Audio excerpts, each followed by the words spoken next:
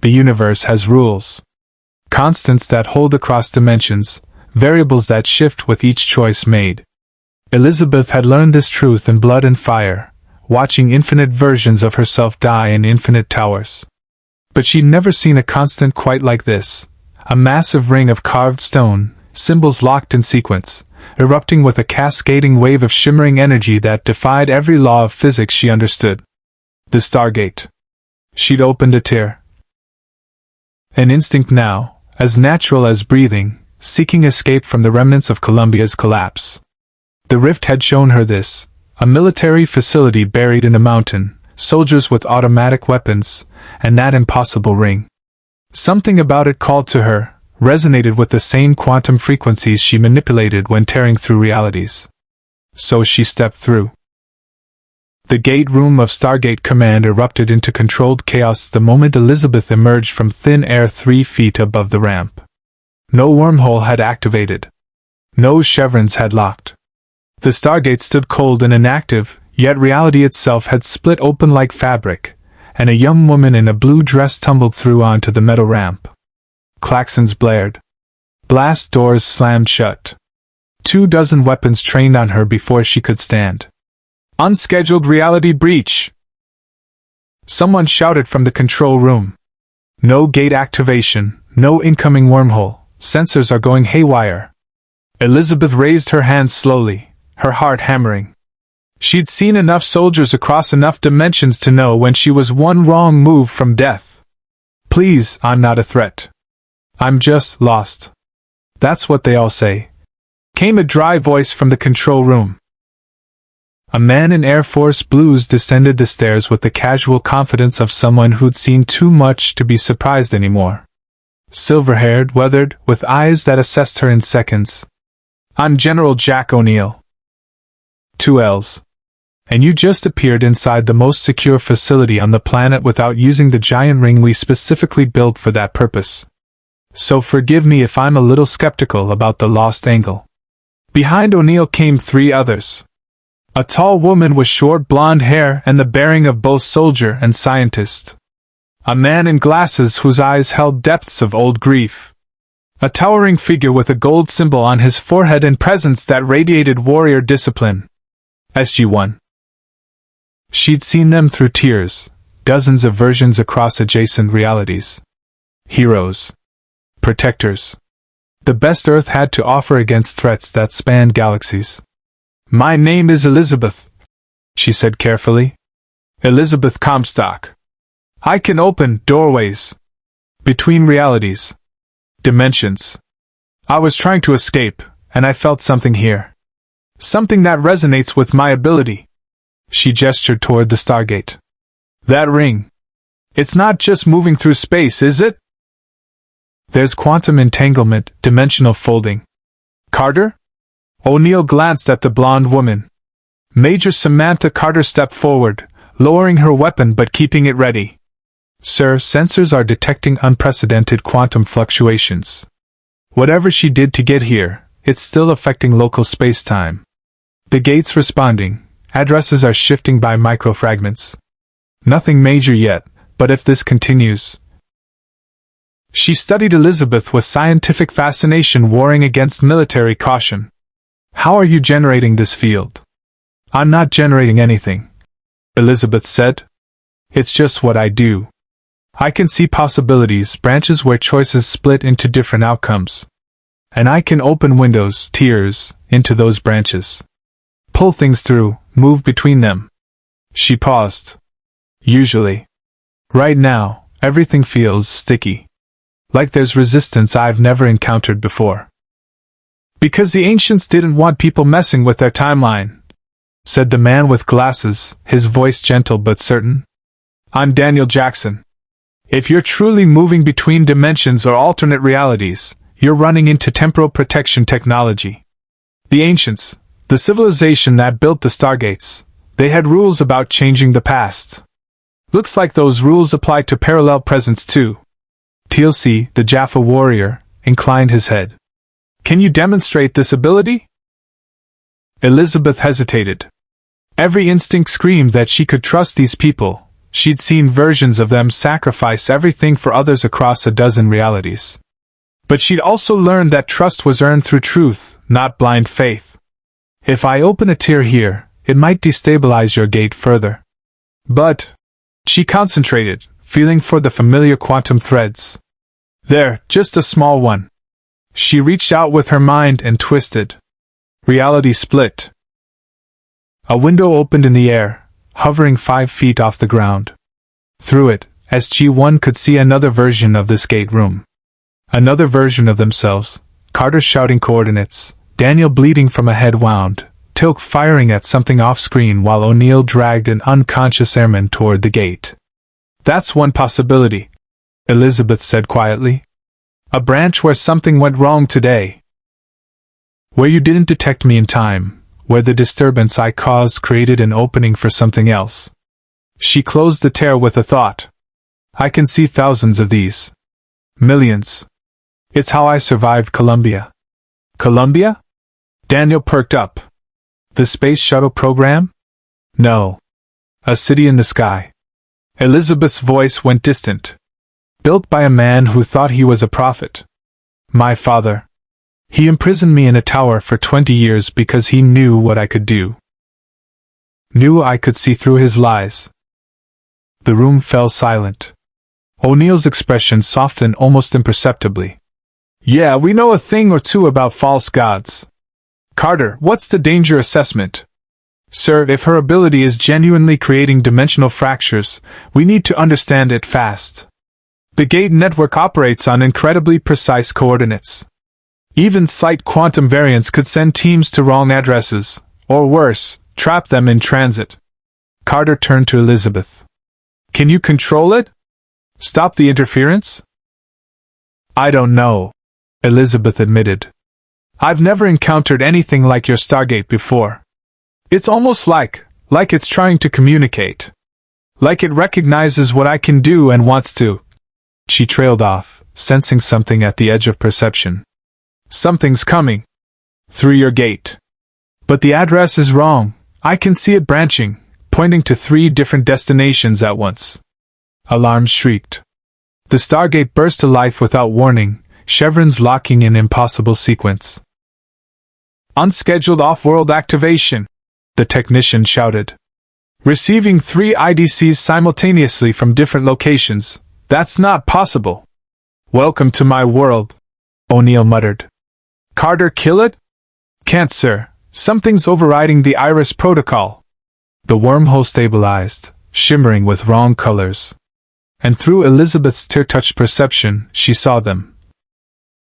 Versions of SG-1's allies calling for help from 3 different realities, all trying to reach this gate room at once, all their signals converging because she'd fractured the addressing system. I can fix this, Elizabeth said urgently. I can sort the signals, separate the realities. But I need you to trust me. O'Neill looked at her for one long moment. Then, Daniel, get her to the control panel. Carter, walk her through whatever needs walking through. Tilk, if anything hostile comes through that gate, shoot it. A lot. Elizabeth smiled despite the chaos. Across infinite realities, infinite versions of this team had made the same choice. Trust the strange girl with impossible powers, because that's what heroes did. Some things really were constants. If you want to see more characters enter different universes, hit that subscribe button and drop the name of a character and the universe you'd want to see them in down in the comments below. Indeed.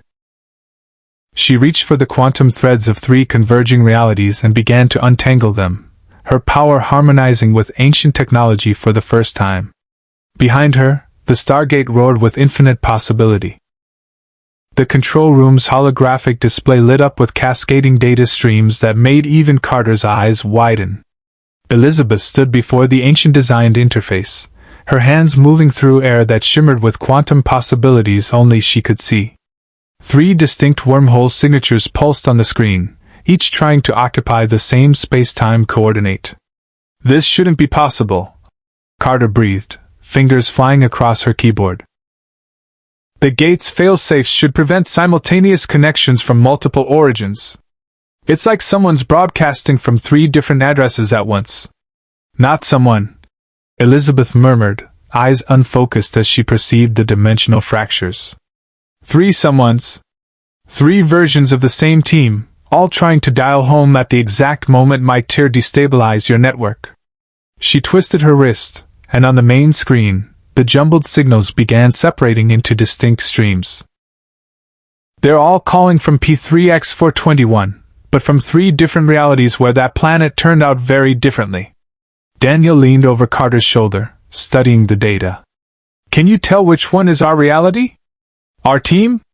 Elizabeth's consciousness stretched across the quantum foam, tracing probability threads backward to their source. She saw the branches clearly now, 3 versions of SG-15, trapped off-world. In one reality, they'd found ancient ruins. In another, they'd encountered hostile Jaffa. In the third, they'd discovered something worse, something that made the team's distress call desperate enough to punch through dimensional barriers. The middle signal, Elizabeth said with certainty. That's your timeline. The other 2 are echoes, parallel probabilities that shouldn't be bleeding through. She focused her power like a surgeon's scalpel, carefully isolating the correct wormhole signature. I'm closing the tears, but you need to open your iris. Now. Your people have maybe 30 seconds of oxygen left. O'Neill's voice came through the intercom without hesitation. Iris open. Medical team to the gate room. SG-15, if you can hear me, welcome home. The wormhole stabilized, its chaotic shimmer resolving into the familiar blue event horizon. 5 figures stumbled through, 3 soldiers, 1 scientist, 1 bloodied and limping. The gate shut down behind them with its characteristic backwash, and the dimensional interference Elizabeth had been holding at bay suddenly snapped back like a released rubber band. She gasped as the feedback hit her, a crushing sensation of multiple realities trying to occupy her awareness simultaneously. The room tilted, and only Daniel's quick reflexes kept her from collapsing. Easy, he said gently, helping her to a chair. Medical team's on the way for SG-15 and you. I'm fine, Elizabeth managed, though her head throbbed. Just, your gate network is enormous. Thousands of addresses, all quantum locked to specific coordinates. When I opened that tear in your gate room, I created ripples across the entire system. She looked up at O'Neill, who descended from the observation deck. Every active Stargate in your network just felt that disturbance. If there are enemies out there with the technology to detect quantum anomalies, they'll know something happened here. O'Neill finished grimly. Fantastic. Carter, damage assessment? Running diagnostics now, sir. Carter's fingers danced across the keyboard, pulling up system reports from the gate's ancient control crystals. The addressing system is stable, but there's residual quantum variance in the gate's buffer. Nothing critical, but we should hold all off-world travel for at least 6 hours while the system recalibrates. She turned to Elizabeth with barely contained scientific enthusiasm. What you just did, separating 3 simultaneous wormhole connections without collapsing the event horizon or destroying the gate, that's theoretically impossible. The energy requirements alone should have. Carter. O'Neill interrupted. Maybe save the science lecture until after we figure out if our guest is going to accidentally open a tear to the gold home world or something equally fun. Actually, General, that's a valid concern. Daniel interjected. He'd remained close to Elizabeth, studying her with the careful attention he typically reserved for ancient artifacts. Elizabeth, you said you were trying to escape. From Columbia, the city in the sky. Can you tell us more about that? About your world. Elizabeth met his eyes and saw genuine curiosity there, not interrogation. She'd spent 20 years in a tower learning to read people through the smallest gestures, and Daniel Jackson's body language spoke of someone who'd lost too much and understood the weight of stories left untold. My world isn't so different from yours. She began slowly. Same Earth, same history up to a point. But in 1893, a man named Zachary Comstock, my father, built a floating city called Columbia. He sold it as an American ideal, a city above the clouds where people could live free from the world's sins. Her voice hardened. What he really built was a prison. A place where he could play prophet, and I could be locked away as his prize and his shame. Tilk, who'd been standing silent guard, spoke. You escaped from this false god. Eventually. With help. Elizabeth's fingers traced absent patterns in the air, unconsciously pulling at quantum threads that made the lights flicker. But by then, I'd seen too much. Experienced too many versions of how my life could have gone. The tears showed me that constants exist, things that happen no matter what choices we make. And they showed me variables, the things we can actually change. She looked around at SG-1. Your Stargate is both. It's a constant across every reality I've glimpsed. Always the same, always opening pathways. But what you do with those pathways, that's variable. The ancients built the gates millions of years ago, Daniel said thoughtfully. They seeded thousands of worlds with them, creating a network that would outlast their civilization. If the gates exist as constants across multiple realities, then they're not just technology, Carter finished, eyes widening. They're multiversal anchors. Quantum reference points that maintain stability across dimensional boundaries. She looked at Elizabeth with new understanding. That's why you felt drawn here. Your ability resonates with the same fundamental forces the ancients harnessed. O'Neill raised a hand. Okay, time out. Can someone explain this in terms that don't require a PhD? Elizabeth's power and the Stargate speak the same language, Daniel simplified.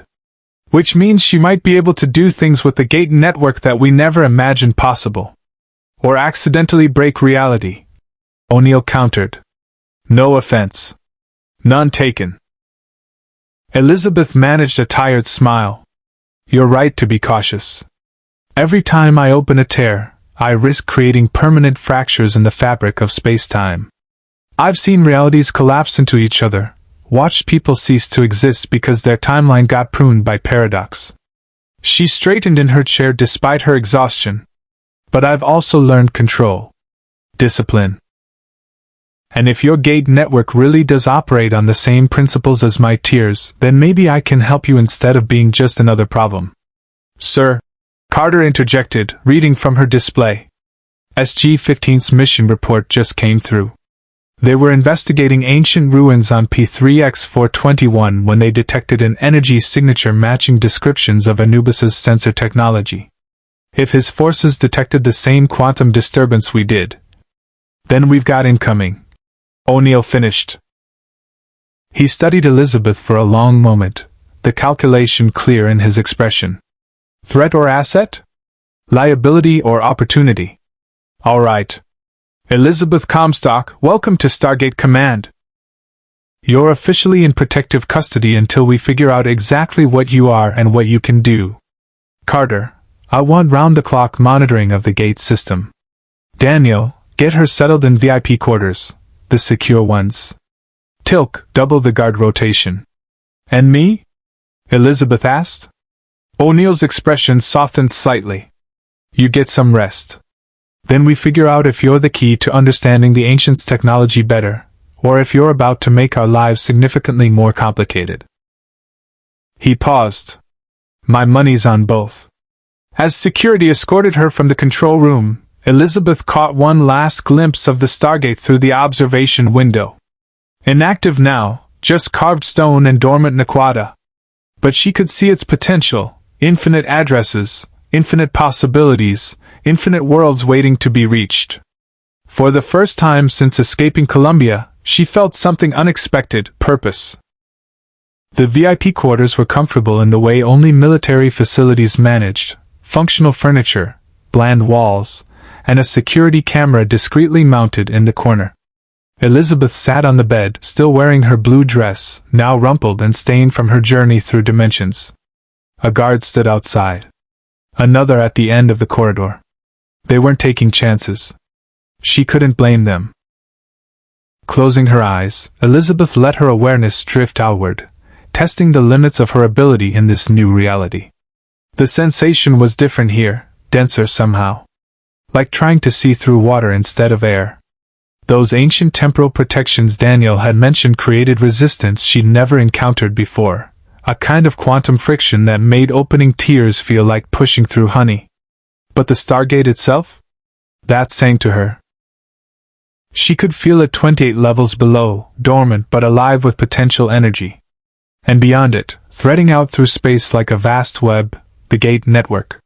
Thousands upon thousands of addresses, each one a node in a system so elegant it made her breath catch. The ancients hadn't just built transportation, they'd created a framework for reality itself. A knock interrupted her meditation. "Come in," she called. Daniel Jackson entered carrying a tray with food and what looked like ancient artifacts wrapped in protective cloth. "I thought you might be hungry. Also," he set the tray down and carefully unwrapped a crystalline device that pulsed with faint blue light. "I wanted your opinion on something." Elizabeth recognized the quantum resonance immediately. "That's ancient technology." "Recent?" "Found it 3 months ago in Antarctica. It's a recording device, we think. But we can't access it." "The gene therapy that lets some people operate ancient tech doesn't work on this one." Daniel settled into the chair across from her, his posture deliberately non-threatening. "Sam thought maybe someone with your particular perception might see something we're missing." Elizabeth appreciated the olive branch for what it was, a test dressed as trust.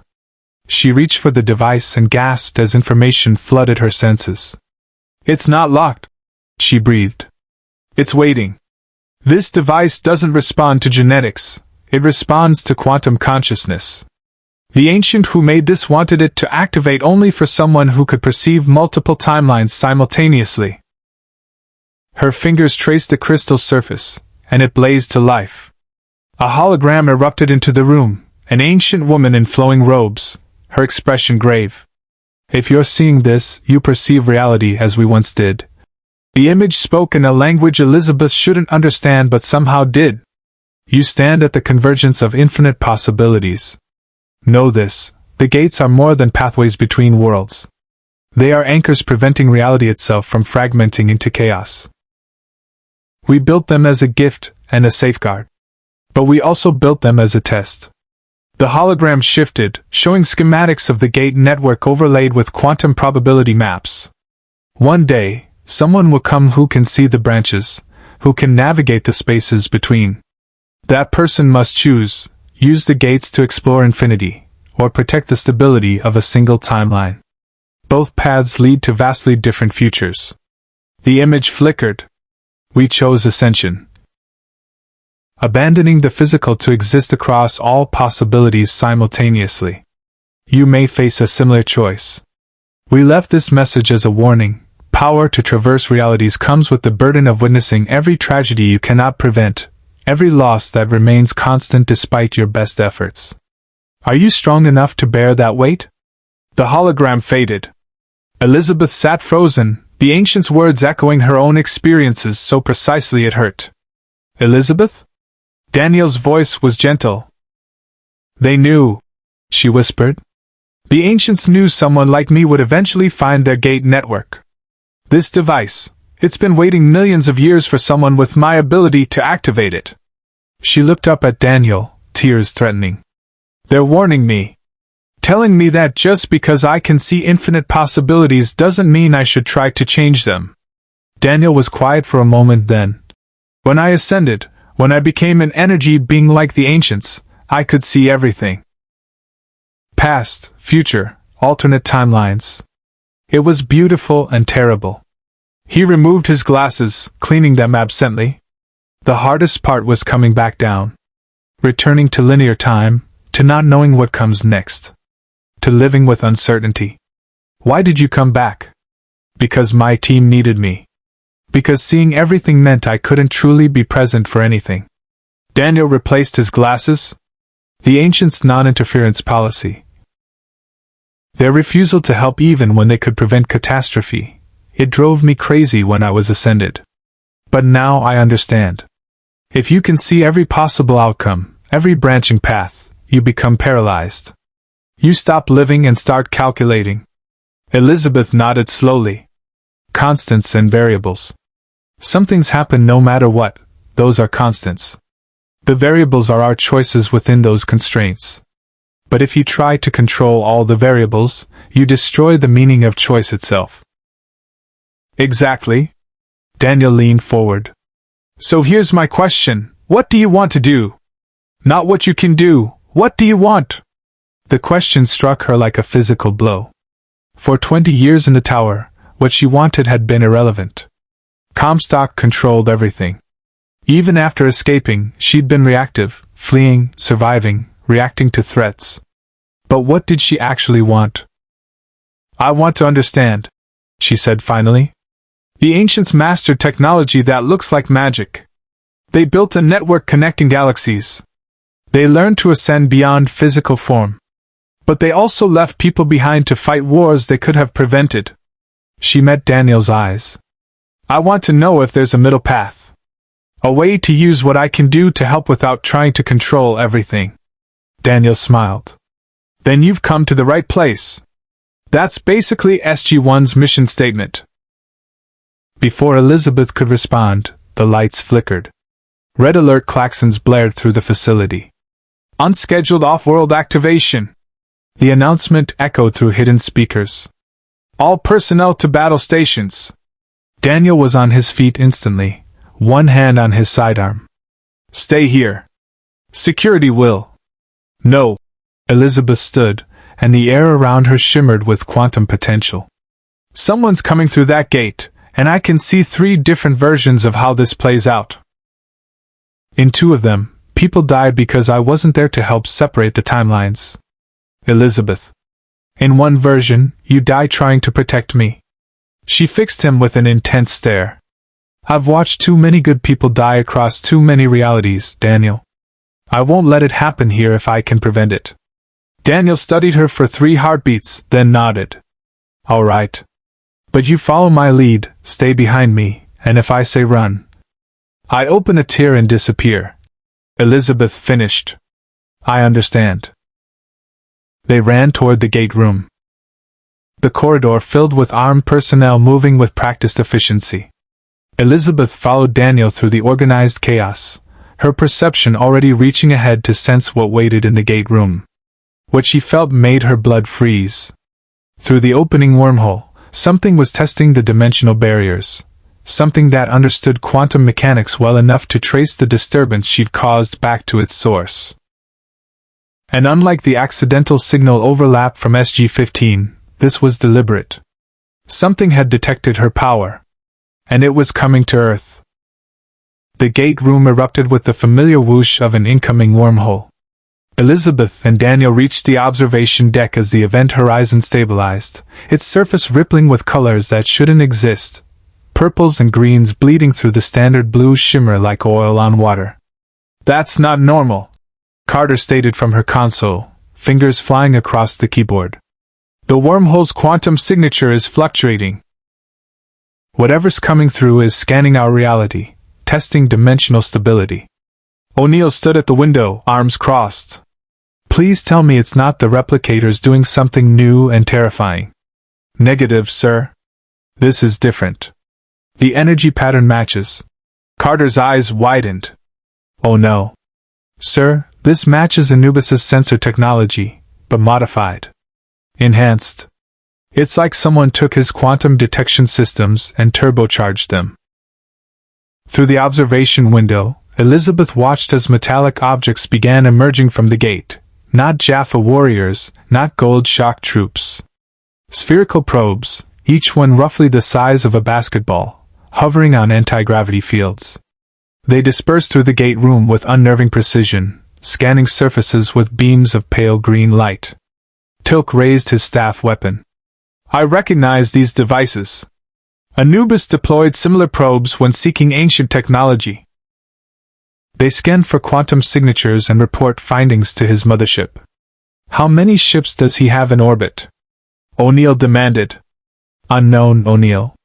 But if these probes successfully transmit their findings, then Anubis knows we have someone who can manipulate dimensional barriers. Elizabeth finished quietly. She could see it now through her quantum perception, threads of communication attempting to reach back through the Stargate to whatever ship had sent these probes. He's looking for me. Or rather, for what I represent. Carter, shut it down, O'Neill ordered. Close the iris, kill the wormhole, and... Can't, sir. The probes are emitting a feedback field that's preventing iris closure. We shut down the wormhole, and they'll just self-destruct in our gate room.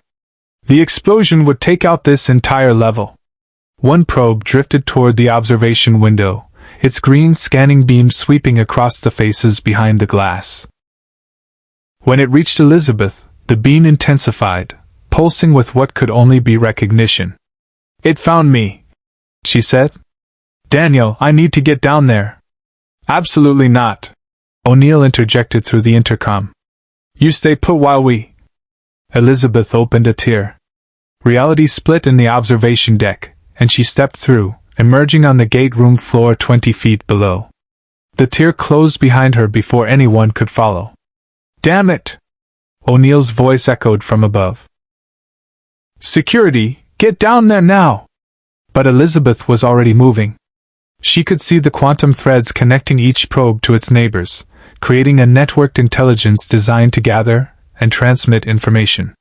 More importantly, she could see the dimensional anchor each probe carried, a miniature version of the technology that let Anubis exist as a half-ascended being, partially in this reality and partially in others. You're not just probes, she murmured, circling the devices as they tracked her movement. You're dimensional samplers. Anubis sent you to collect data about me, to figure out how my ability works so he can replicate it. The lead probe emitted a series of harmonic tones, communication attempting to establish a translation matrix. Elizabeth felt the quantum pressure as it tried to interface with her consciousness directly. And then she felt something else. A presence behind the probes. Not Anubis himself, but his attention, his will, pressing against reality from wherever his half-ascended form currently resided. A voice echoed through the gate room, carried on quantum frequencies that bypassed the physical entirely. Fascinating.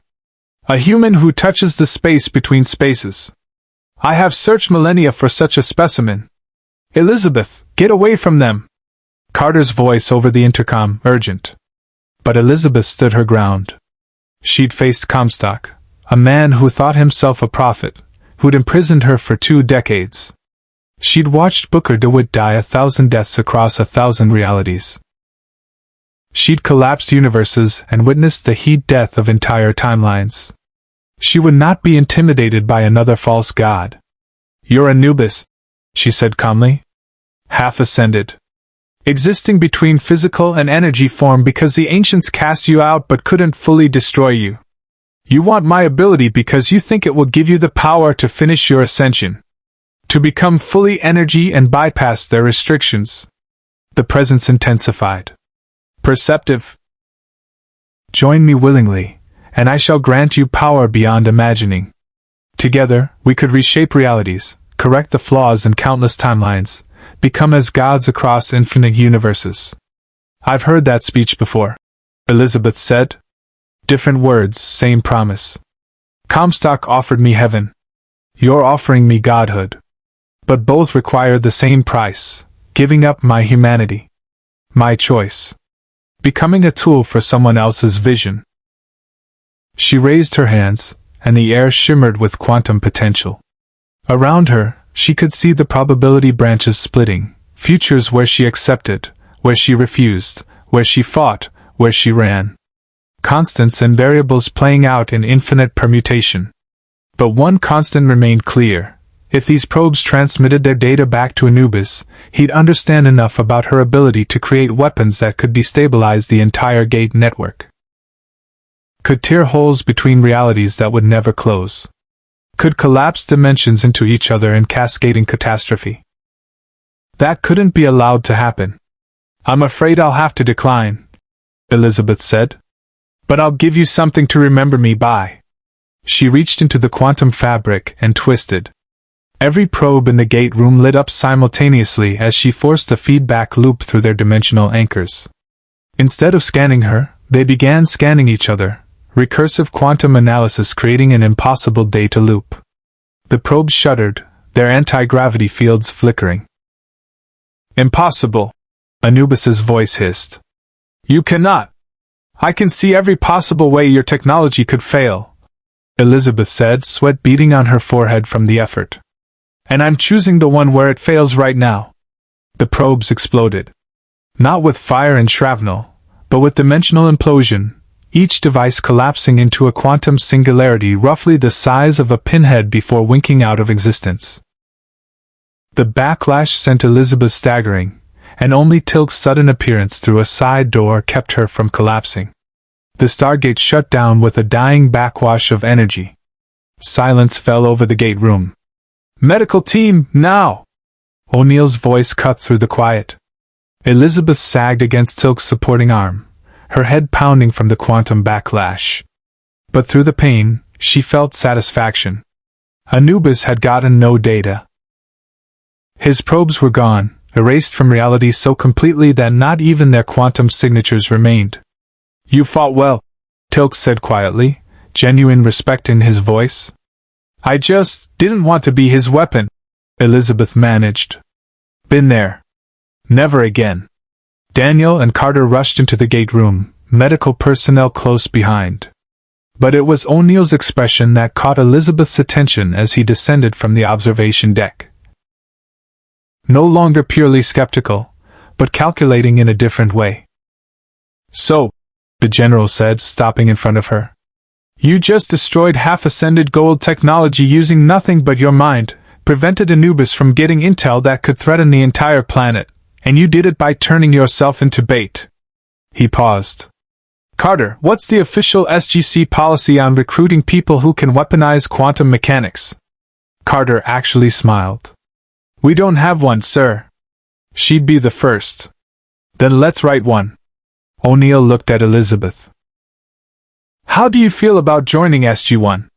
Unofficial capacity, of course. At least until we figure out if you're going to accidentally open a tier to the Ori galaxy or something equally catastrophic. Elizabeth met his eyes, saw the offer for what it was, trust earned through action. A place. A purpose. I'd like that, she said softly. Across infinite realities, infinite versions of this moment existed. But in this one, Elizabeth Comstock chose to stay. The briefing room felt different 3 days later. Elizabeth sat at the table with SG-1, not as a prisoner or an anomaly to be studied, but as a consultant. Temporary, unofficial, but present. The change in status came with a new wardrobe, practical BDUs, though she'd refused the sidearm O'Neill had offered. Her weapons were different. All right, kids, O'Neill began, pulling up a holographic display. Carter's been analyzing the data from our probe party, and apparently Anubis isn't the only one who noticed Elizabeth's grand entrance. Thor called. The Asgard detected the quantum disturbance across half the galaxy. So did the Takare. And probably every other species with sensors advanced enough to detect dimensional fluctuations.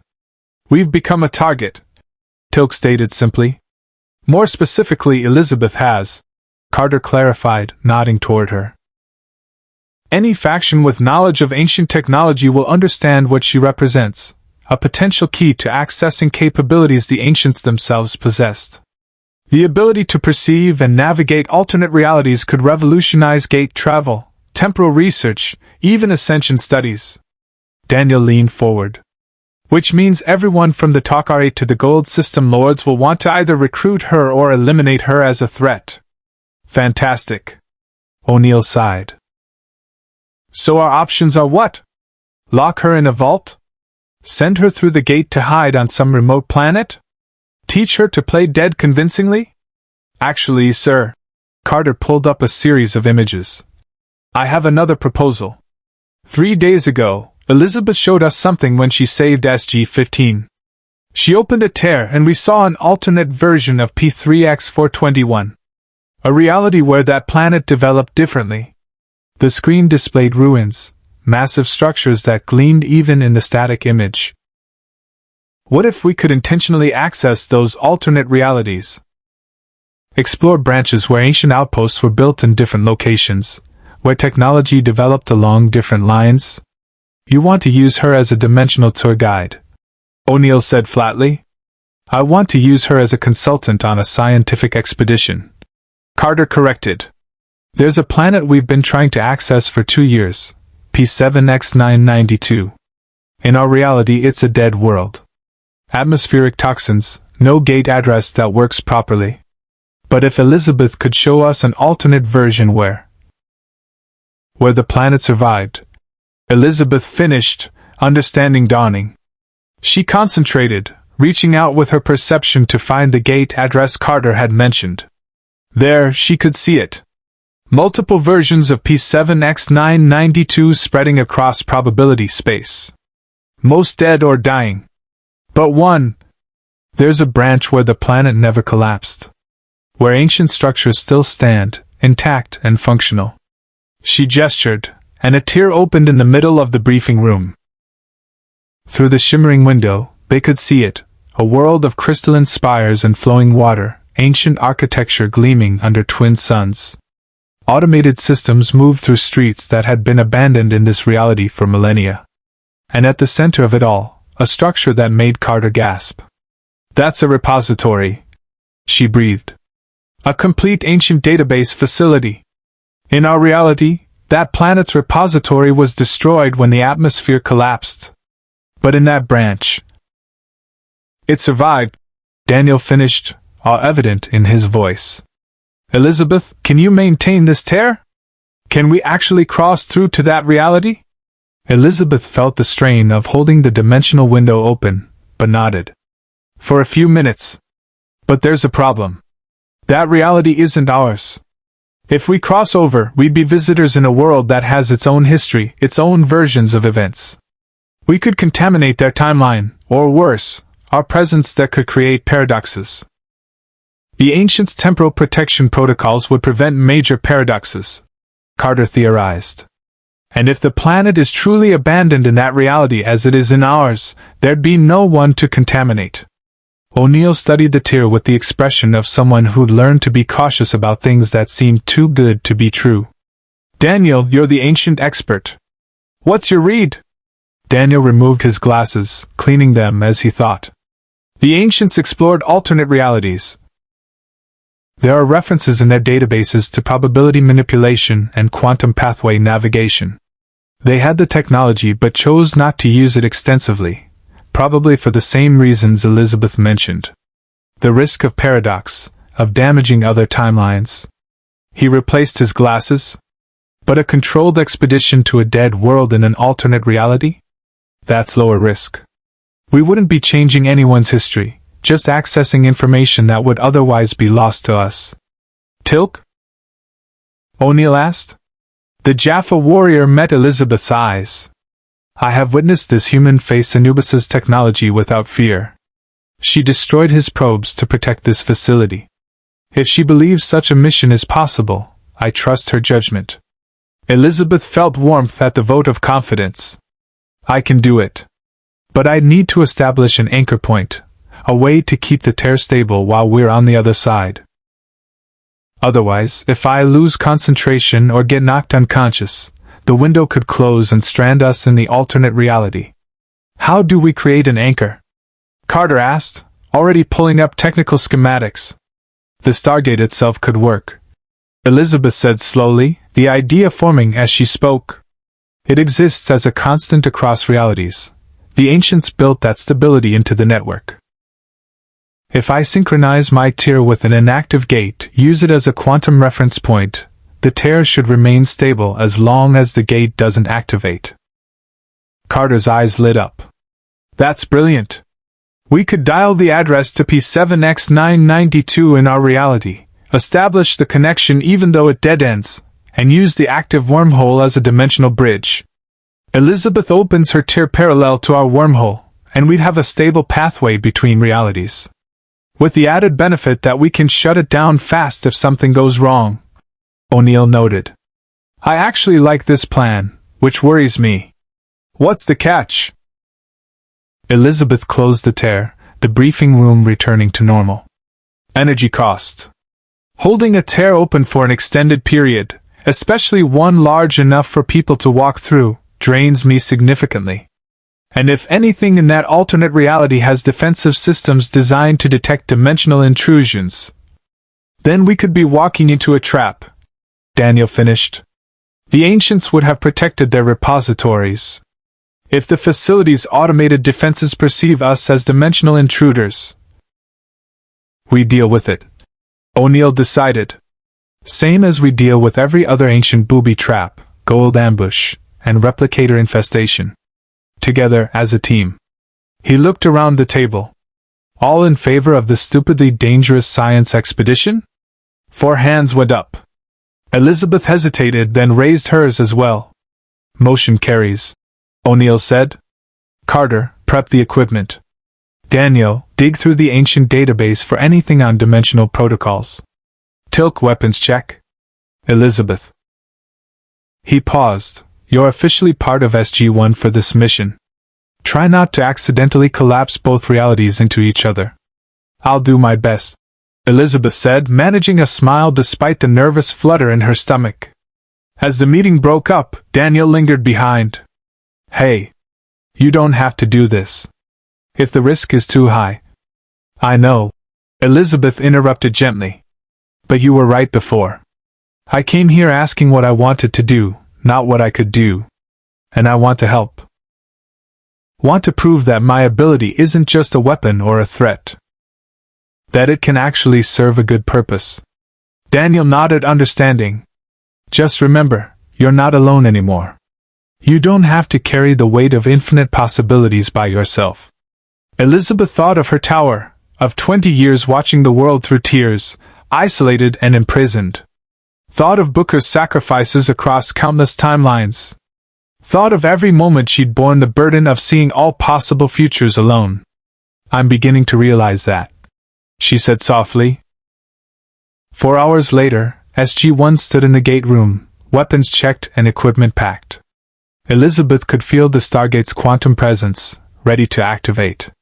Beyond it, across the dimensional barrier, an entire world of ancient knowledge waited. Carter looked over from the control room. Dialing sequence initiated. Elizabeth, are you ready? Elizabeth closed her eyes, feeling for the quantum threads. Found the branch where P7X992 survived. Found the probability path that led to that reality. Ready, she confirmed. The Stargate roared to life, chevrons locking in sequence. The event horizon exploded outward, then stabilized, a connection to a dead world in their reality. Elizabeth reached through the quantum foam and twisted. Reality split beside the wormhole. Her tear opened parallel to the gate, showing the same address but in a different universe.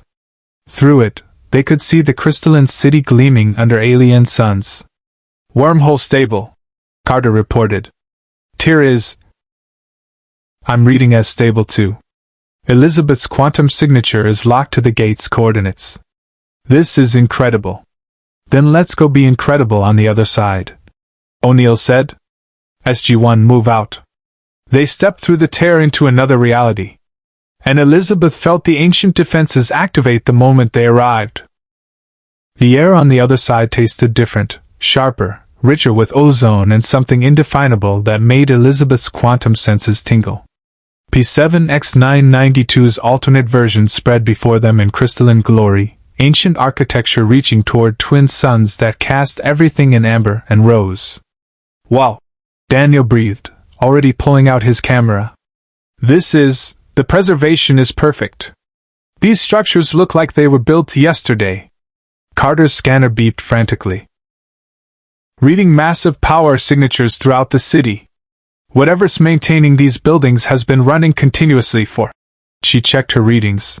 At least 10,000 years. The energy efficiency is staggering. And the defenses? O'Neill asked, weapon ready? Elizabeth felt them humming beneath the city's surface, a network of ancient security systems that had recognized their arrival through her tear. Not hostile yet, but aware. Watching. They know we're here. The city's AI is analyzing us, trying to determine if we're a threat. Can you communicate with it? Daniel asked. Before Elizabeth could answer, the ground beneath them pulsed with blue light. Holographic interfaces materialized in the air, ancient text scrolling past at impossible speeds. And then a voice, female, calm, speaking that strange ancient language Elizabeth had heard from the recording device. Dimensional intrusion detected. Analyzing quantum signatures. Biological classification, human. Quantum classification, walker between realities detected. State your purpose. It's talking to you, Carter said to Elizabeth. The AI recognizes what you are. Elizabeth stepped forward, addressing the empty air. We're explorers. Scientists. We came to learn from the knowledge preserved here. In our reality, this planet died. We mean no harm. Verification required. Walker between realities, submit to repository interface. Your quantum perception will allow accurate assessment of intent. A crystalline pedestal rose from the ground, topped with a device similar to the ancient repository of knowledge. The same technology that had once nearly killed O'Neill when it downloaded the entire ancient database into his brain. Absolutely not, O'Neill said immediately. We've dealt with those things before. They're dangerous. This one's different, sir. Carter studied her scanner. It's not designed to download information into a human brain. It's configured to read quantum states. It wants to scan Elizabeth's consciousness, see her true intentions through her ability to perceive multiple timelines. Still sounds dangerous, O'Neill muttered. Elizabeth approached the pedestal carefully. She could feel the device's purpose through her quantum sense. It would scan her, yes, but not invasively. It would read the probability branches emanating from her, see the futures where she helped this city versus the futures where she harmed it. A test of intention through the lens of possibility. I'll do it, she said. It's the only way the AI will trust us. Elizabeth, Daniel started. I've seen what happens if I don't, she interrupted quietly. In 3 possible futures, we try to access the repository by force. In 2 of them, the city's defenses kill us all. In the 3rd, we make it out alive but the dimensional tear collapses permanently. This is the path where we all survive and accomplish the mission. Tilk inclined his head. Then we trust your vision. Elizabeth placed her hands on the crystalline interface. The sensation was unlike anything she'd experienced. The device didn't invade her mind, it reflected it. Showed her own consciousness back to herself through the prism of quantum possibility. She saw herself as the AI saw her, a nexus of branching timelines, a being who existed simultaneously across multiple probability states. The AI watched those branches, analyzing patterns. Saw the futures where Elizabeth used ancient knowledge to help Earth defend itself. Saw the branches where she protected the innocent, where she chose teamwork over power, where she honored the ancients' legacy rather than exploiting it. But it also saw the darker branches. The futures where grief and anger drove her to abuse her power. Where she became like Comstock, controlling rather than guiding. Where her ability to see all possibilities paralyzed her into inaction. Assessment complete, the AI declared. Walker between realities designated, trustworthy. Companions designated, seekers of knowledge. Repository access granted. Warning, information within contains quantum-locked secrets. Misuse will result in timeline destabilization. Proceed with caution. The crystalline pedestal retracted. Throughout the city, doors began opening, revealing chambers filled with ancient technology and holographic archives. Elizabeth pulled her hands back, swaying slightly. Carter caught her arm. You okay? Yeah. Just intense. Elizabeth steadied herself. The AI showed me something. The ancients didn't just abandon this city. They left it here deliberately, across multiple realities as a test. They knew that eventually someone like me would come along. Someone who could access these alternate timelines and retrieve what was lost in our own. A backup system, Daniel said wonderingly. They preserved knowledge across dimensional boundaries so that if one reality's repository was destroyed, the information would survive in parallel versions. Brilliant and paranoid, O'Neill observed. Sounds like the ancients. Carter, how long do we have? Elizabeth's tier is stable, but I'm reading energy fluctuations. We should assume 4 hours maximum before the dimensional anchor starts degrading. Then we split up and work fast, O'Neill decided. Carter, hit the technology archives. Daniel, you're on the historical records. Tilk, security sweep, make sure we're alone here. Elizabeth, you're with me. We're going to find that repository and see if there's anything about dimensional travel that might help you control your ability better. The team dispersed with practiced efficiency. Elizabeth followed O'Neill through crystalline corridors that hummed with ancient power. The general moved with casual alertness, weapon ready but not aggressive. You knew, didn't you? O'Neill said after a moment. When you put your hands on that device, you saw exactly what it would show you, all those possible futures where you go bad. Elizabeth nodded. I see them every time I look at probability branches. Every choice I make creates new timelines where I chose differently. Some of those versions of me are not good people. But you're not them, O'Neill said firmly. You're the version who chose to help SG-15. Who fought Anubis's probes. Who's here right now trying to learn instead of trying to take. He glanced at her. That's what makes you trustworthy. Not that you can't see the dark paths, but that you see them and choose to walk a different one. They reached the central repository. A massive chamber where holographic data streams flowed through the air like rivers of light. At the center stood a chair, similar to the ancient control chair in Antarctica but modified with additional crystalline components. That's not just a repository interface, Elizabeth realized. It's a dimensional navigation throne. The ancients used it to explore alternate realities themselves. Can you use it? Elizabeth approached the chair carefully. Her quantum sense could feel the device's purpose. It would amplify her natural ability, let her see farther across the dimensional spectrum than ever before. Show her not just adjacent realities but distant ones, completely different universes where fundamental constants varied. It would also be dangerous. The kind of power that could seduce someone into believing they could control everything. I can't, she said slowly. But I'm not sure I should. The temptation to use this to fix things, to find a reality where all the tragedies I've witnessed never happened, would be pretty overwhelming. O'Neill finished. Yeah. I had the ancient repository downloaded into my head twice. I know what it's like to have power that's bigger than you know what to do with. He met her eyes. But here's the thing, you've already proven you can handle it. You destroyed Anubis's probes instead of using them. You're helping us instead of trying to rule us. You've earned the right to make this call yourself. Elizabeth stared at the chair. Across infinite branches, she could see the futures that stemmed from sitting in it. Some led to incredible knowledge and the power to help countless people. Others led to obsession, to losing herself in infinite possibilities. But in one branch, a narrow, difficult path, she saw herself using the chair's knowledge to help Earth, then walking away from its power.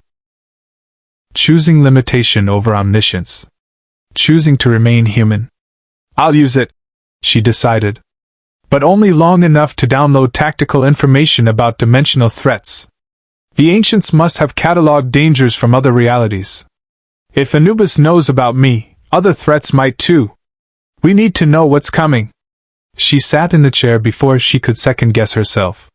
The universe exploded into her consciousness. Elizabeth's awareness expanded across dimensions like a flower blooming in fast-forward. The chair's systems interfaced with her quantum perception, amplifying it 1,000-fold. Suddenly she could see not just adjacent realities but distant ones, universes where physics operated on entirely different principles, where the ancients never existed, where Earth never developed intelligent life. And she could see the threats. Warning! The chair's AI intoned directly into her mind. Dimensional barriers weakening across multiple sectors. Cause: accumulated damage from interreality breaches. Effect: increased probability of hostile incursion from parallel universes. Images flooded her perception. She saw the Ori, not just the versions from this reality, but alternates where their crusade had succeeded, where entire galaxies burned in religious fire. Saw replicators from dimensions where they'd consumed everything, now seeking new realities to devour. Saw things worse than either, entities that existed between dimensions, predators that fed on the quantum fabric itself. Elizabeth? O'Neill's voice seemed to come from very far away. Your eyes are glowing. That's usually bad. Talk to me. She forced herself to focus, to narrow her perception back to manageable scope. The barriers between realities are damaged. Every time someone like me opens a tear, every time Anubis uses his half-ascended abilities, every time the ancients themselves manipulated quantum states, it creates microfractures. They accumulate. And now things are starting to notice the weak points. Things? Entities from other realities. Some are just curious. Others are hostile. And some... She shuddered as she glimpsed something vast and hungry lurking at the edges of perception. Some are predatory. They'd been waiting for the barriers to weaken enough that they can push through. The chair fed her more data. Tactical information about dimensional threats. Defense protocols the ancients had developed. And something else. A warning message encoded specifically for someone with her abilities. To the walker between realities who finds this, you are not the first. Others have possessed your gift across the millennia. Most were consumed by it, lost in infinite possibility. Some became threats greater than any external enemy. One became something else entirely, a guardian of dimensional integrity. That individual established protocols still active across the Gate network. You may choose to continue their work, or walk your own path. Choose wisely. Elizabeth pulled back from the chair's interface, gasping. O'Neill steadied her as she stood on shaky legs. Well? He asked. The good news. The ancients left defensive systems throughout the Gate network specifically designed to prevent dimensional incursions. They're still active, still working. That's probably why we haven't been overrun by alternate reality invasions already. And the bad news? Those systems are failing. Slowly, but inevitably. Someone needs to maintain them, reinforce the dimensional barriers before something catastrophic breaks through. She met O'Neill's eyes. The ancients left instructions. They expected someone like me to eventually find this place and take over that responsibility. So they want you to be a dimensional janitor, O'Neill said. Cleaning up tears and patching holes in reality. More or less. Elizabeth managed a tired smile. The previous guardian, whoever they were, did it for thousands of years before disappearing. The ancients seemed to think it was important enough to build into the Gate network's core functions. Before O'Neill could respond, Carter's voice crackled over the radio. Sir, we have a problem. I'm detecting energy signatures in orbit. Ships. Multiple ships. And they're not from this reality. O'Neill's expression hardened. What kind of ships? Gold design, but the quantum signatures are wrong. These vessels are from an alternate timeline. And they're powering weapons. Elizabeth reached out with her expanded perception and felt them. Hot-tack motherships from a reality where the gold had developed dimensional travel technology. They'd detected the tier she'd opened, traced it back to its source, and crossed over hunting for the source of such power. They followed us. She realized. When I opened the tier to get here, I left a quantum trail. These gold have technology that let them track it. How many ships? O'Neill demanded, already moving toward the exit. Carter's voice came back tense. 3 hot-tacks, sir. And they're launching gliders. We need to evacuate now. The team converged in the central plaza. Daniel clutched a data crystal with downloaded historical records. Carter had a pack full of ancient technology samples. Tilk had found and activated several ancient defense drones that now hovered protectively around the group. Above them, the sky darkened as alien vessels blocked the twin suns. The tier's still stable, Elizabeth reported, feeling for her connection to the dimensional anchor back on Earth. But if those ships fire on us before we get through... Death glider fighters screamed through the crystalline city, energy weapons blazing. The ancient drones intercepted them, engaging in aerial combat that turned the sky into a light show of explosions and weapons fire. "Move!" O'Neill shouted, returning fire with his P-90 as Jaffa warriors began beaming down. They ran through the city streets, Elizabeth maintaining her focus on the tear despite the chaos. She could see it ahead, the shimmering window back to their reality, back to the SGC gate room. But between them and escape stood 24 Jaffa and a figure that made Elizabeth's quantum senses scream warning. A gold system lord, but wrong. His eyes glowed with power that existed across multiple dimensions simultaneously. He'd modified himself with technology that let him perceive alternate realities, made himself into a cheap copy of what Elizabeth could do naturally. "The walker between worlds," he said in a voice that echoed with harmonics from several realities at once. "I am Wraith, Lord of Dimensional Conquest. Your ability will be mine. You will serve me in unlocking infinite realities for my dominion, or you will die here." Tilk fired his staff weapon. The blast passed through Wraith as he shifted partially out of phase with reality, existing in multiple dimensions simultaneously to avoid the attack. "He's dimensional," Elizabeth warned. "He can dodge by sliding between realities. Traditional weapons won't work." "Then use non-traditional ones," O'Neill said. "Elizabeth, can you hit him?" She understood immediately. If Wraith could shift between dimensions, she could see which dimension he shifted into. Could track him across the quantum branches and close the doors he used to escape. "Give me covering fire," she said. SG-1 opened up with everything they had.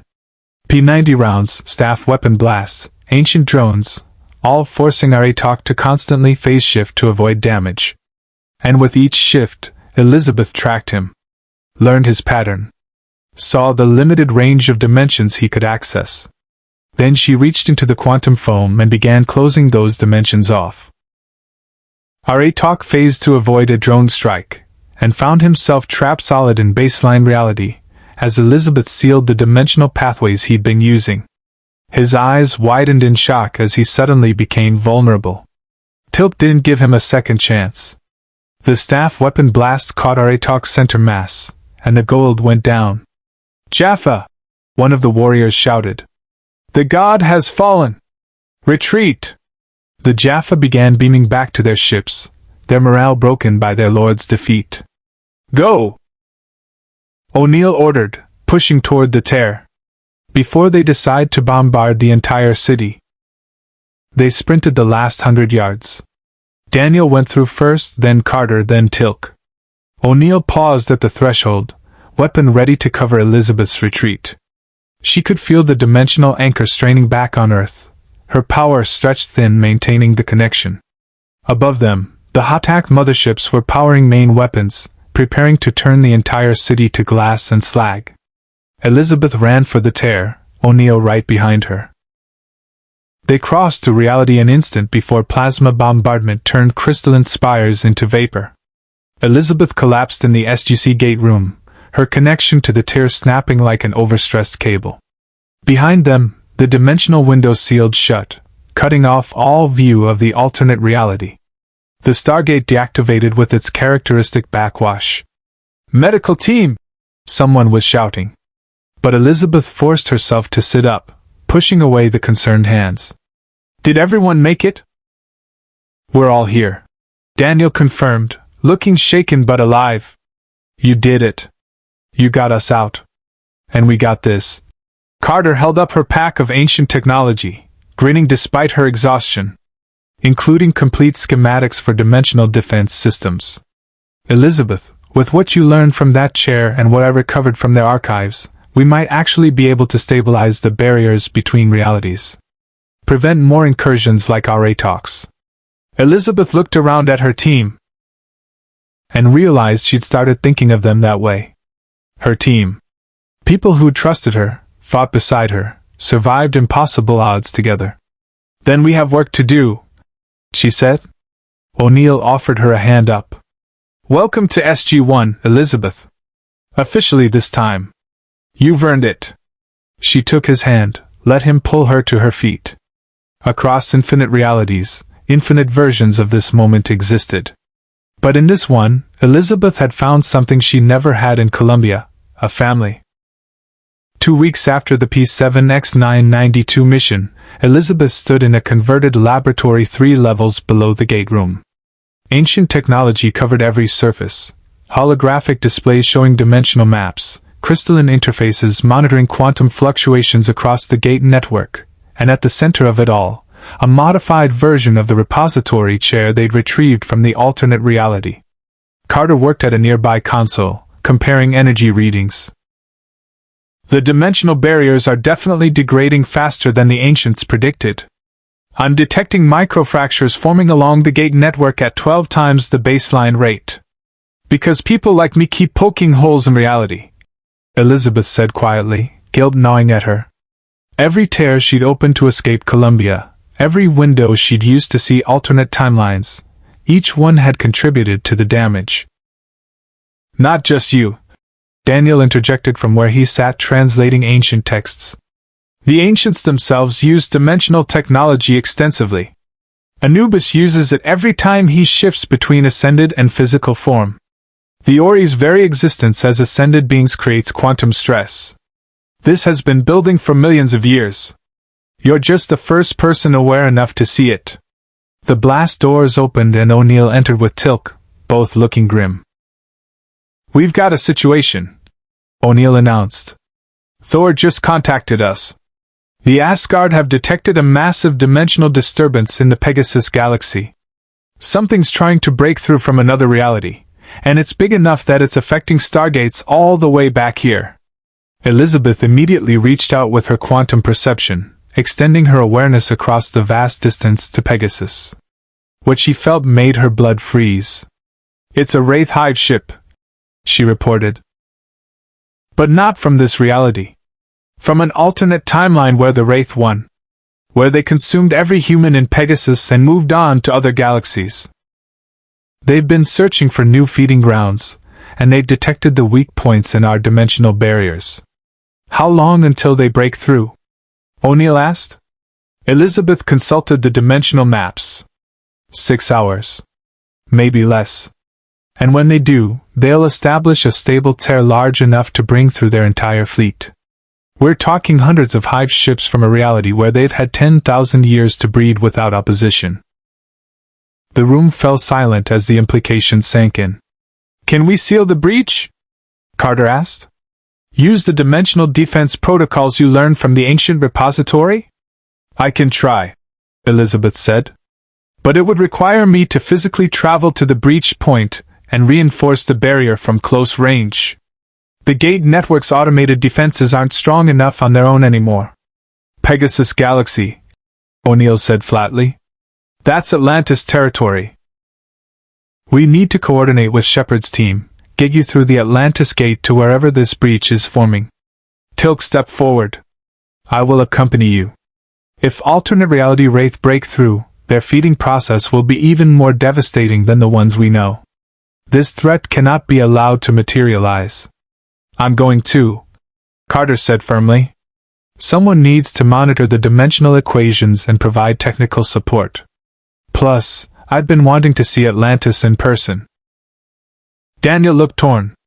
I should stay here and continue researching ancient dimensional protocols. If something goes wrong in Pegasus, you'll need backup plans. O'Neill nodded. Right. So we're looking at Elizabeth, Carter, and Tilk to Atlantis. I'll coordinate from here and brief the IOA on why we're potentially facing an interdimensional Wraith invasion. He looked at Elizabeth. You up for this? She thought about Columbia, about spending 20 years in prison while watching infinite possibilities through her tears. About all the realities where she'd been too afraid to act, where her indecision had led to catastrophe. Yes, she said simply. 3 hours later, Elizabeth stood in the Atlantis gate room, marveling at the ancient city around her. The architecture was similar to what she'd seen on P7X992's alternate version, but this was larger, more advanced, and very much occupied by humans. Lieutenant Colonel John Shepard approached with his characteristic easy confidence, his team flanking him. So you're the dimensional mystery woman we've been hearing about. I'm Shepard. This is McKay, Taylor, and Ronan. Dr. Rodney McKay was already scanning Elizabeth with a handheld device, his expression intense. Fascinating. Your quantum signature is unlike anything I've ever encountered. The energy output alone suggests you're maintaining constant contact with multiple dimensional frequencies simultaneously. How do you not go insane from the sensory overload? Practice, Elizabeth said dryly. And therapy. Lots of therapy. Taylor Emagon, the Athosian warrior, studied Elizabeth with perceptive eyes. You carry a great burden. I can see it in the way you hold yourself. Like one who has witnessed much suffering. More realities than you can imagine, Elizabeth admitted. But right now, we need to focus on the one that's trying to invade this one. Shepard pulled up a holographic display. The dimensional breach is forming 3 jumper flights from here, on an uninhabited moon. We've been monitoring it since the Asgard warning came through. The quantum disturbance is creating some seriously weird effects: time dilation, localized gravity fluctuations, reports of people seeing things that shouldn't exist. Bleed through from the alternate reality, Elizabeth explained. As the barrier weakens, aspects of the other universe start manifesting in this one. The Wraith Hive ship trying to cross over has massive quantum mass. It's pulling fragments of its reality through with it. Ronan, the Satadan warrior, checked his particle magnum. So we go to this moon, Elizabeth seals the breach, and we kill any Wraith that make it through before she finishes. Simple. I like him, Tilk said approvingly. McKay's scanner beeped urgently. Not so simple. I'm detecting secondary breaches forming. Plural. The main Hive ship is creating a massive tear, but smaller fractures are opening in sympathy all across this sector. It's like the dimensional fabric is tearing along stress lines. Elizabeth reached out with her perception and felt what McKay's instruments were detecting. He was right. The Wraith's forced entry was creating cascading failures throughout the local dimensional structure. If she sealed the main breach, the secondary ones would still remain, dozens of smaller tiers through which anything could cross. I can't seal them all at once, she said, frustration creeping into her voice. My power isn't unlimited. I can close the main breach or address the secondary fractures, but not both simultaneously. Carter was already working through calculations on a borrowed console. What if we amplify your ability? Atlantis has a ZPM, a zero-point module. Ancient power source with nearly unlimited energy. If we could channel that through you, you'd burn her out. Shepard interrupted. I've seen what happens when people try to channel too much ancient power. It's not pretty. Elizabeth stared at the holographic display, watching the dimensional stress maps update in real time. The situation was deteriorating faster than predicted. In 4 hours, maybe less, the main breach would fully form. The Wraith would cross over. And behind them, through those secondary fractures, who knew what else would follow? She thought about the ancient guardian mentioned in the repository's message. The individual who'd spent thousands of years maintaining dimensional integrity, protecting the gate network from exactly this kind of threat. They'd made sacrifices. Chosen burden over comfort. Duty over safety. Elizabeth had spent her whole life watching others make choices through her tears. Booker dying 1,000 deaths to save her. Comstock sacrificing his own humanity for twisted visions of righteousness. The Lutece twins gambling with reality itself out of scientific curiosity. Now it was her turn to choose. There's another option, she said quietly. The ancient repository chair. If I interface with it fully, merge my consciousness with the gate network's dimensional defense systems, I could access enough power to seal all the breaches simultaneously. Elizabeth, no. Daniel's voice came through the communication link from Earth. We don't know what full integration would do to you. The chair is designed for ancients, not humans. It could kill me, trap my consciousness in the network, or transform me into something not quite human anymore. Elizabeth finished. I know. I've seen those possibilities. But I've also seen what happens if I don't try. The Wraith break through. Atlantis falls. Earth eventually follows. Millions die across multiple realities as the dimensional barriers continue to collapse. Silence on the comm. Then O'Neill's voice. Elizabeth. You've been part of SG-1 for 2 weeks. You don't have to sacrifice yourself for us.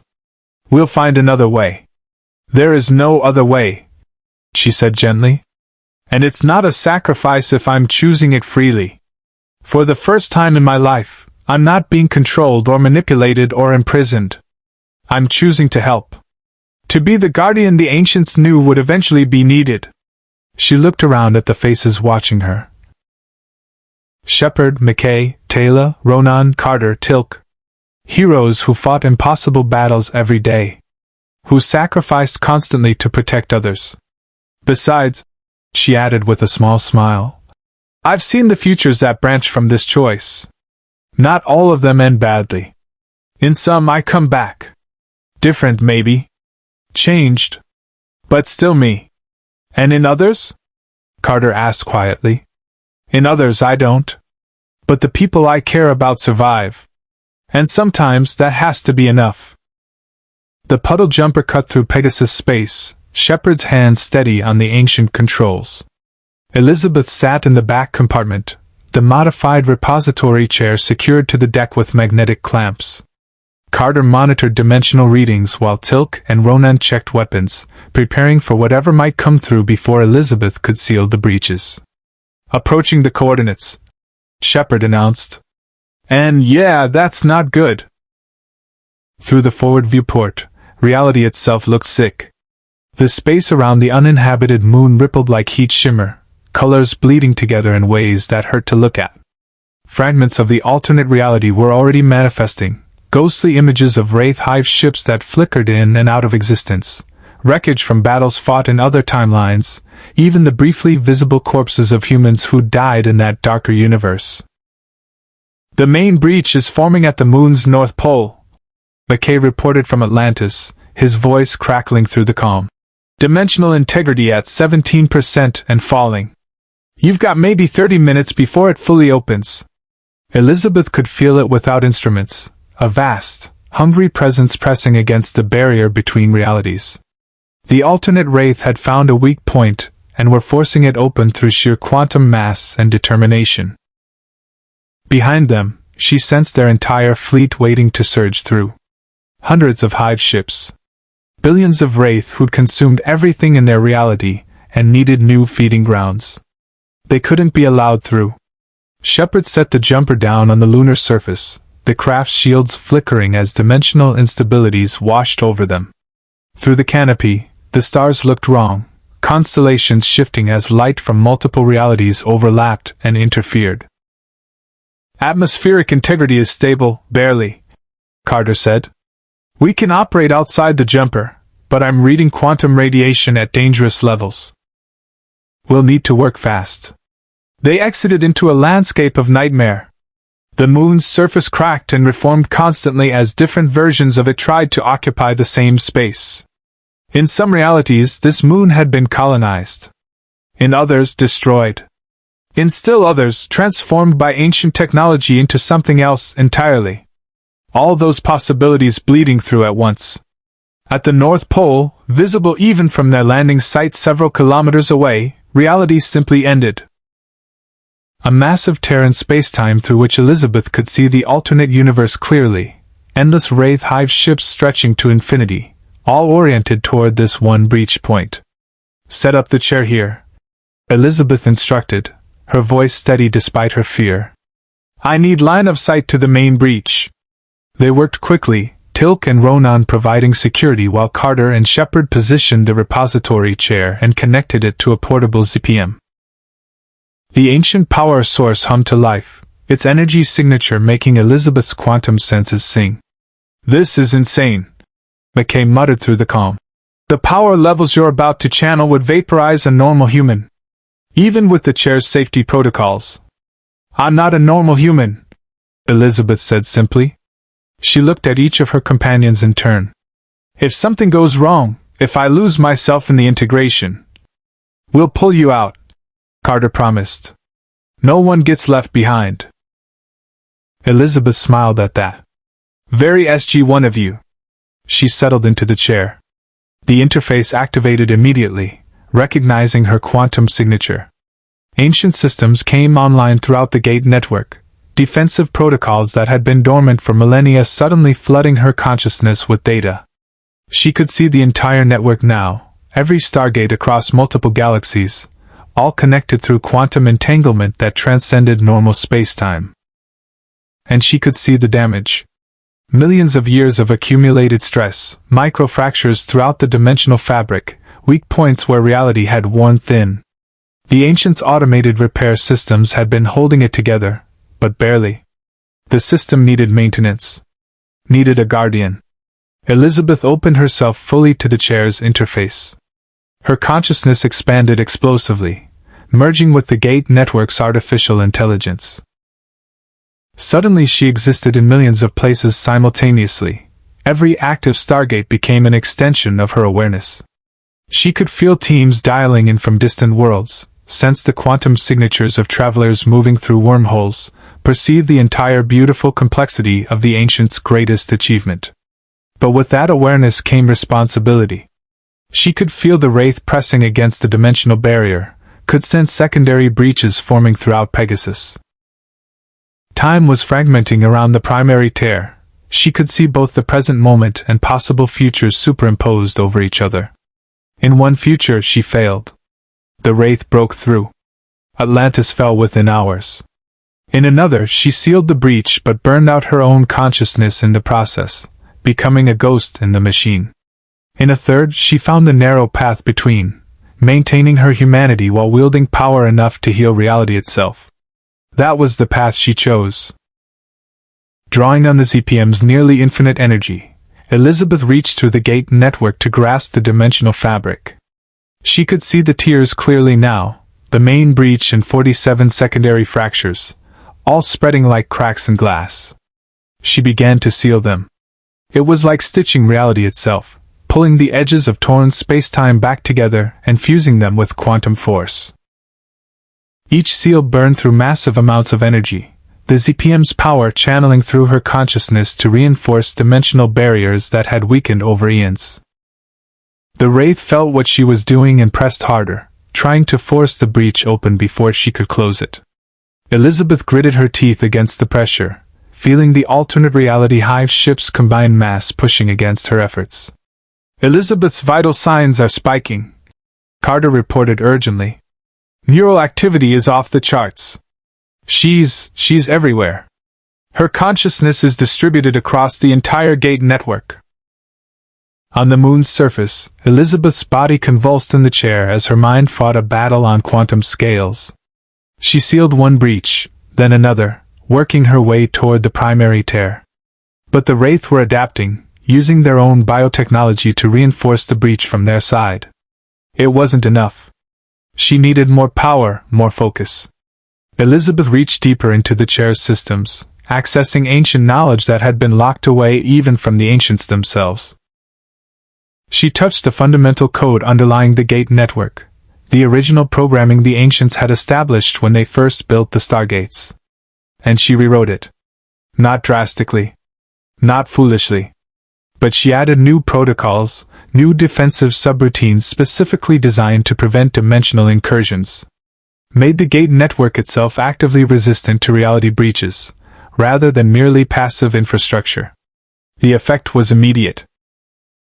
Throughout the galaxy, Stargates pulsed with renewed power as the updated protocols propagated through the network.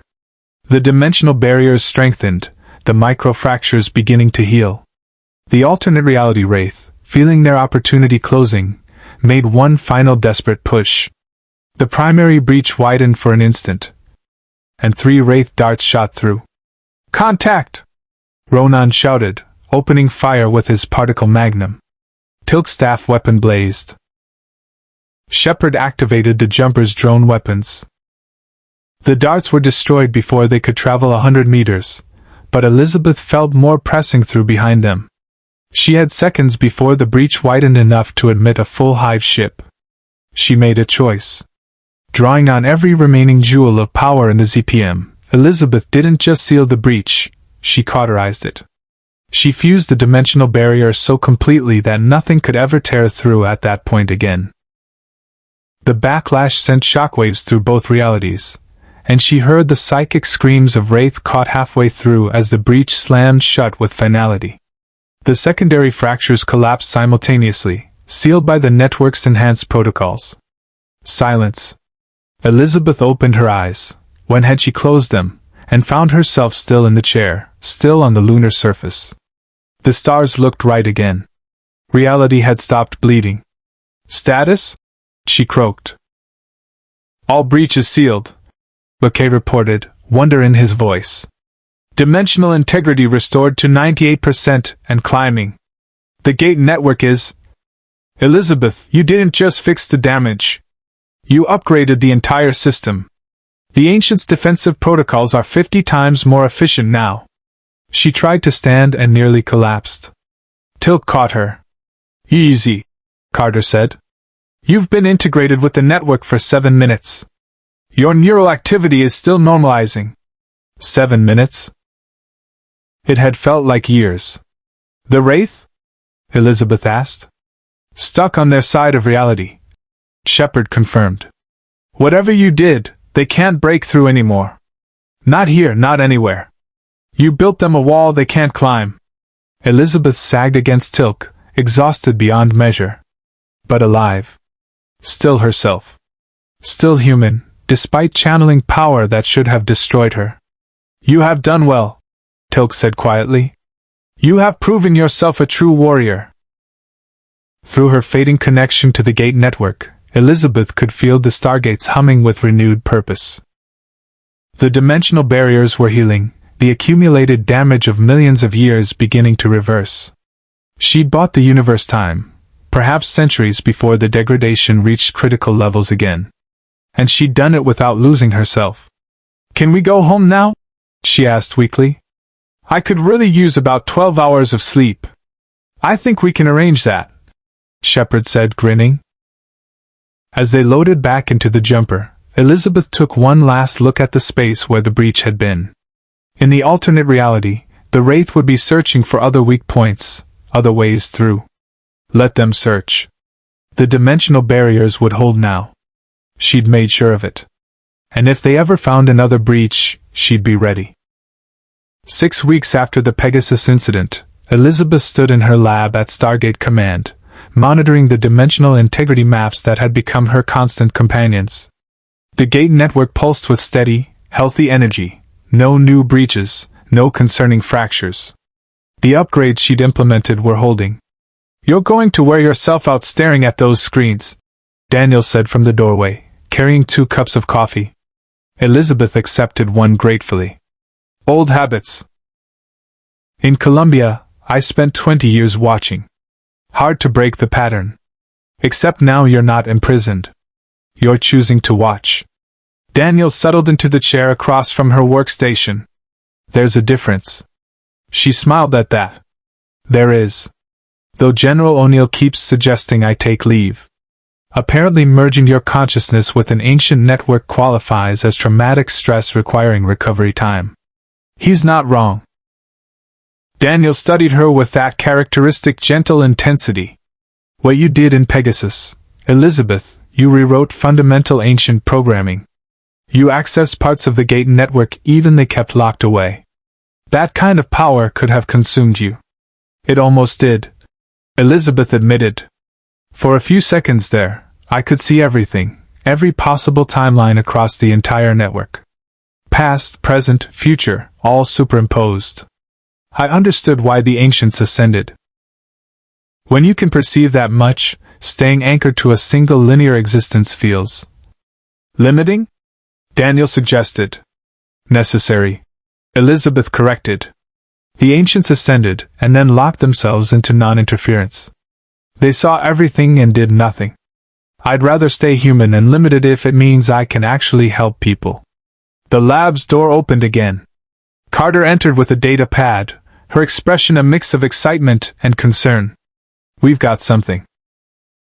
The long-range sensors are picking up anomalous readings from P4X639. The planet's been abandoned for centuries, but suddenly there's massive power signatures. Ancient technology activating on its own. Elizabeth immediately reached out with her quantum perception, feeling along the gate network's connections. P4X639. She found it, and felt something that made her consciousness recoil. That's not technology activating, she said slowly. That's something waking up. Something ancient, but not fully in this reality. It's been sleeping between dimensions, and the upgrades I made to the gate network disturbed it. Something ancient and interdimensional. Carter repeated. Any idea what we're dealing with? Elizabeth closed her eyes, pushing her perception deeper.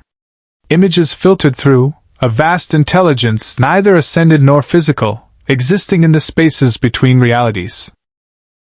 An entity the ancients had encountered and imprisoned, locking it away in dimensional stasis to prevent it from consuming entire timelines. Her upgrades to the network had reinforced dimensional barriers everywhere, including the ones holding that entity imprisoned. I woke something up, she whispered. When I strengthened the dimensional barriers, I inadvertently created quantum resonance with whatever prison the ancients built on P4X639. It's responding to my modifications, trying to use them to break free. O'Neill's voice came through the lab's intercom. Conference room. Now. And Elizabeth, bring whatever optimism you've got left. We're going to need it. 10 minutes later, SG-1 assembled around the briefing table.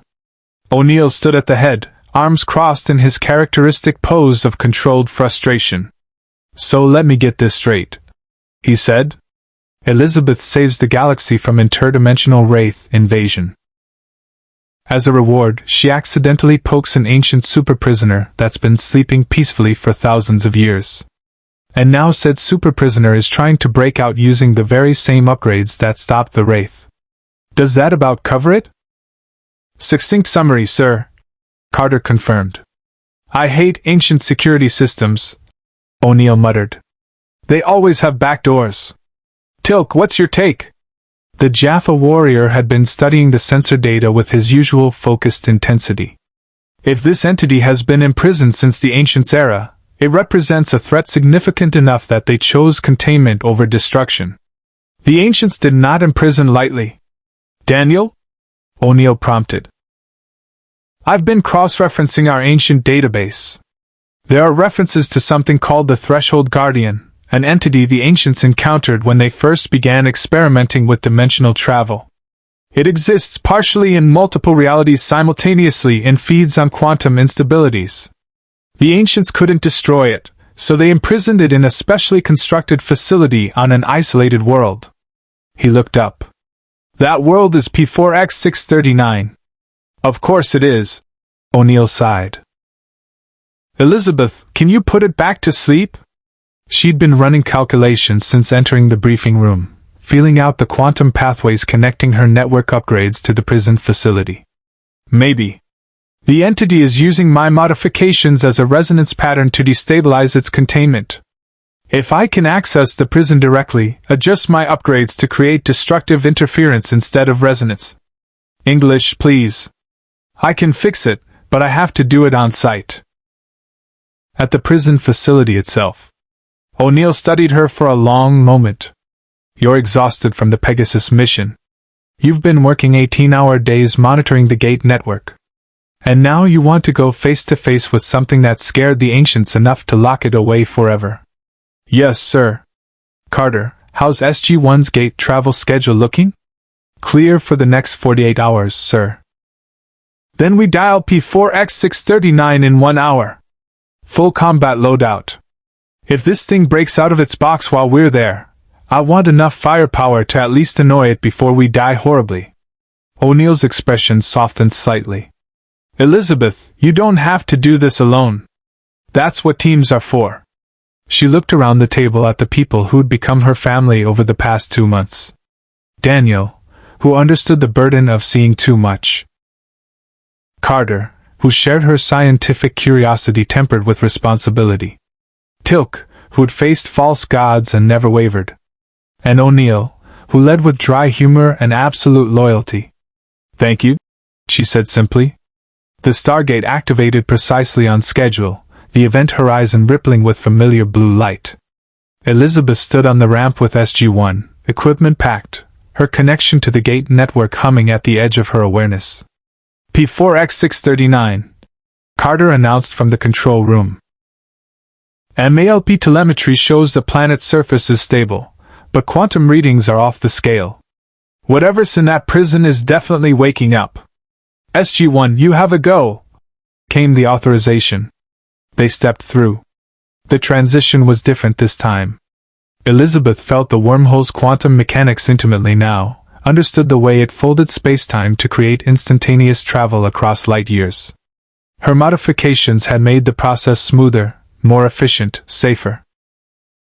They emerged on a world of crystalline structures similar to P7X992's alternate version. But where that city had been beautiful and preserved, this place felt wrong. The ancient architecture was intact but somehow twisted, as if reality itself bent around the central facility visible on the horizon. "That's the prison," Elizabeth said, pointing to a massive structure that seemed to exist in multiple dimensions simultaneously.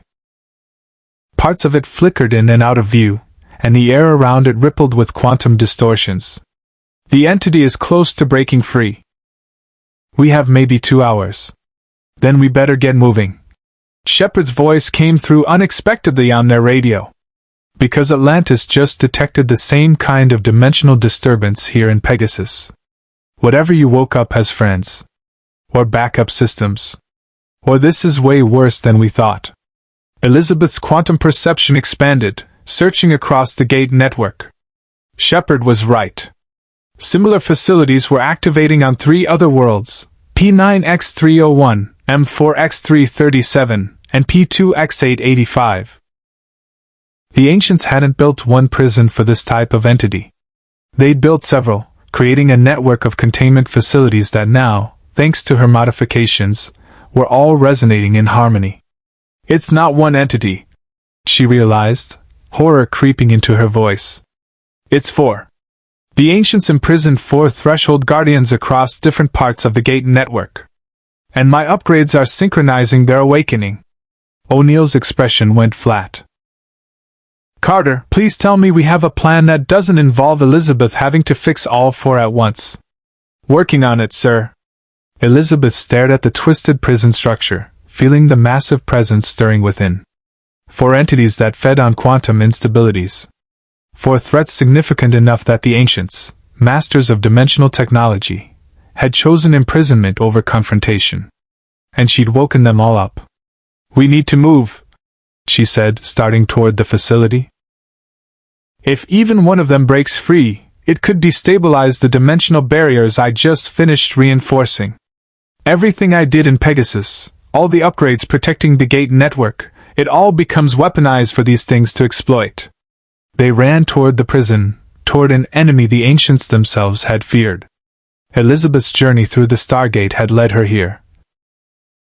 To face the consequences of her power, to own the responsibility of modifying ancient systems she'd barely understood, to prove that she could handle not just the gifts of her ability, but its costs.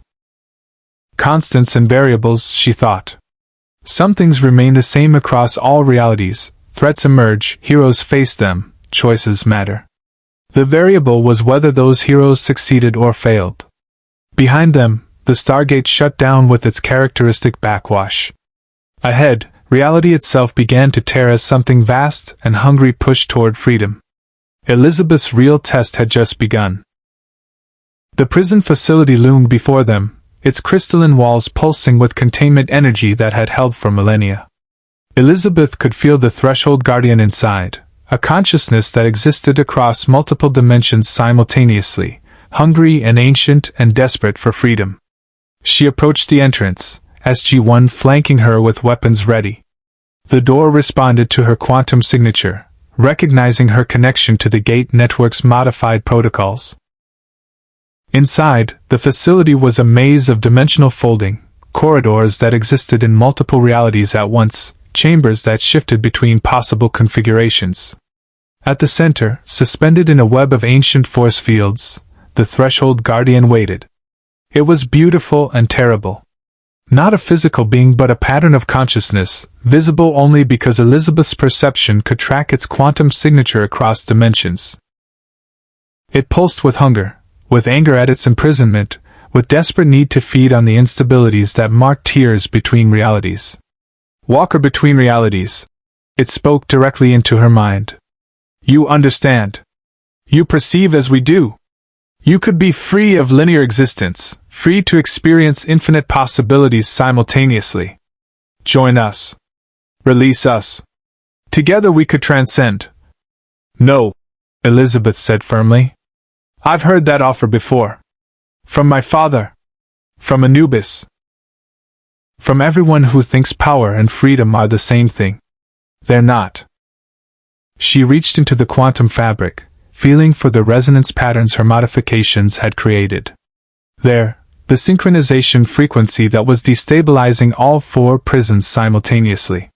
She began to adjust it, creating destructive interference that would reinforce containment instead of weakening it. The Guardian thrashed against its bonds, and reality rippled. O'Neill stumbled as gravity briefly reversed. Carter's scanner exploded in sparks. Tilt's staff weapon flickered between solid and energy states. Work faster! O'Neill shouted over the dimensional chaos. Elizabeth pushed deeper into the network, accessing protocols she'd written during the Pegasus crisis. She couldn't just stop the resonance, she had to prevent it from ever happening again. Had to design safeguards that would adapt to future modifications, preventing unintended consequences.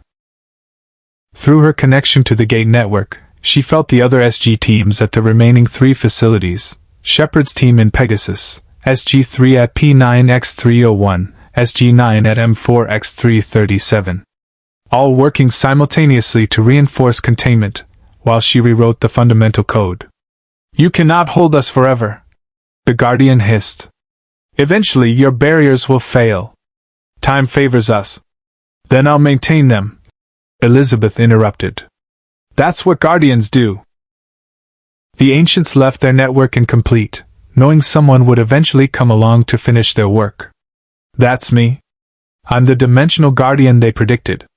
She finalized the modifications. Throughout the Gate network, new protocols activated, adaptive systems that would monitor all 4 prison facilities, automatically adjusting to prevent resonance while maintaining containment integrity.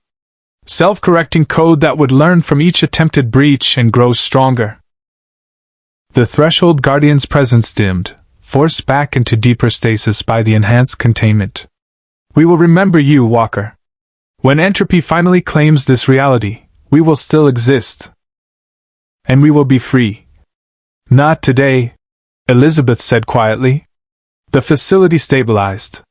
The dimensional chaos ceased.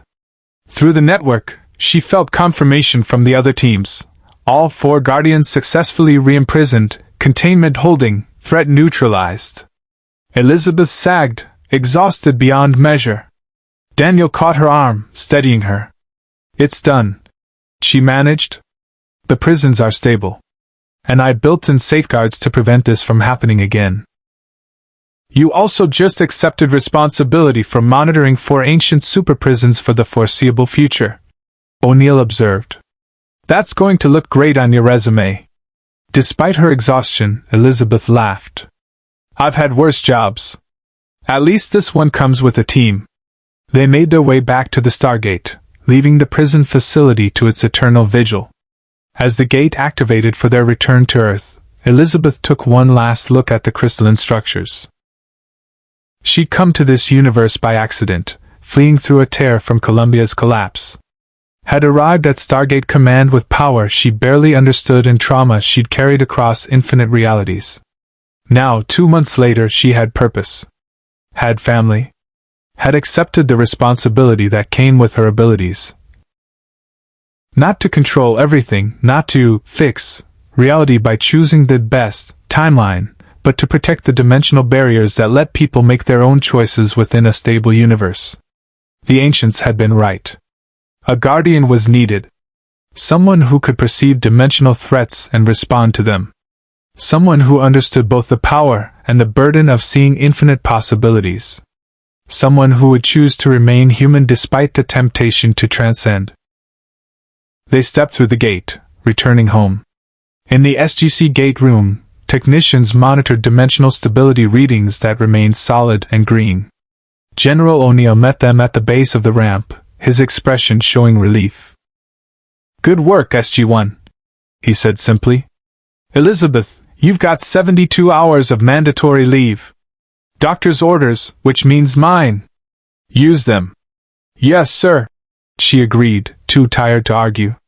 As she walked toward the exit, Daniel fell in beside her. "There's a decent coffee shop in Colorado Springs. Want to grab some caffeine and debrief? No ancient technology, no dimensional threats. Just coffee and conversation." Elizabeth smiled. "That sounds perfect." Behind them, the Stargate stood silent, its network stronger for her modifications. 4 threshold guardians slept in their prisons, held by containment that would endure. Across 2 galaxies, the dimensional barriers held firm against threats from alternate realities. And Elizabeth Comstock, who had once been imprisoned in a tower, had found freedom in accepting responsibility. Had discovered that true choice wasn't about seeing every possibility. It was about committing to one path and walking it with people you trusted. She'd stepped through infinite tears, glimpsed countless realities, witnessed every variation of joy and tragedy across the multiverse. But this reality, this timeline, this team, they were worth choosing. Worth protecting. Worth staying for. The gate would open again tomorrow, leading to new worlds and new challenges. The dimensional barriers would require monitoring, the network would need maintenance, and threats would continue to emerge from the spaces between realities. But Elizabeth would face them as she'd faced the Threshold Guardians, not alone, but as part of SG-1. Some constants remained true across every universe. Heroes would rise, teams would form, duty would call. And Elizabeth had finally learned what it meant to answer that call freely, with eyes open to infinite possibilities but heart committed to one choice. She'd found her place in the Stargate universe. And her mission through the Gate network had only just begun. Indeed. Hit the subscribe button for more interesting stories. Thank you for watching.